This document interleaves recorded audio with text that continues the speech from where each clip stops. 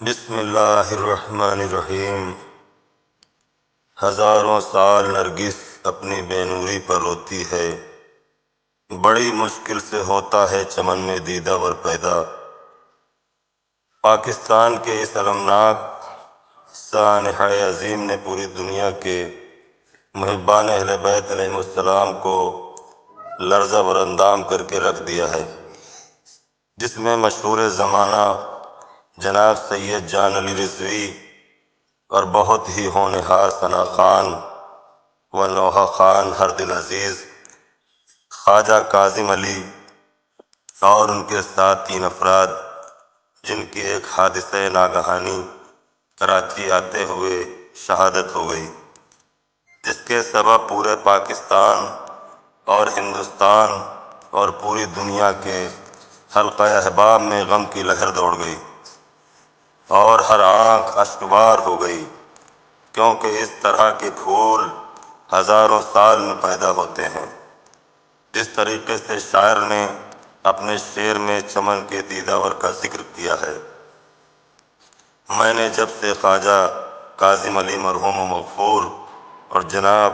سید جان علی رضوی مرحوم و مغفور کا پہلا کلام بذریعہ یوٹیوب کے سنا تھا، میں ان دونوں اہل بیت علیہ السلام کے ثنا خانوں اور نوحہ خانوں کا بے انتہا چاہنے والا بن گیا۔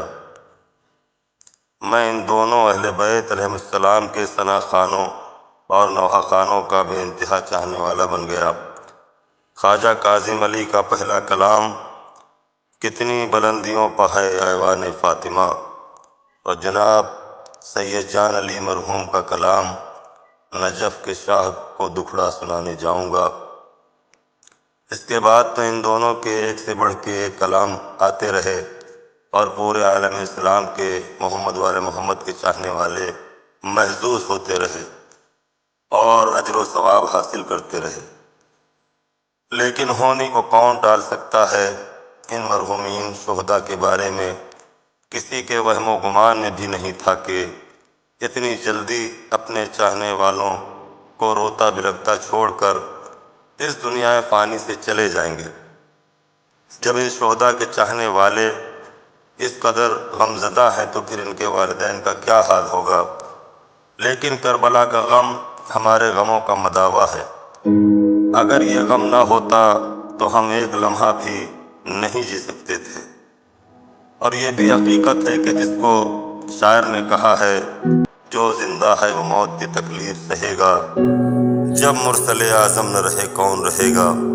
یہی وجہ ہے کہ ہم اپنے غموں کو ایک عرصے کے بعد بھولنے لگتے ہیں، کیونکہ ہمارے سامنے ذبح عظیم سید الشہداء حضرت امام حسین علیہ السلام اور ان کے ساتھیوں کا غم ہے، جس کے برابر کسی کا بھی غم نہیں ہے۔ آخر میں ہم ان کے والدین اور گھر والوں کو تعزیت اور تسلیت پیش کرتے ہیں اور صبر کرنے کی گزارش کرتے ہیں، اور مرحومین شہداء کے ہم وطنوں سوگواروں کو بھی صبر جمیل کا دامن تھامے رہنے کی تلقین کرتا ہوں۔ خداوند عالم بطفیل محمد والے محمد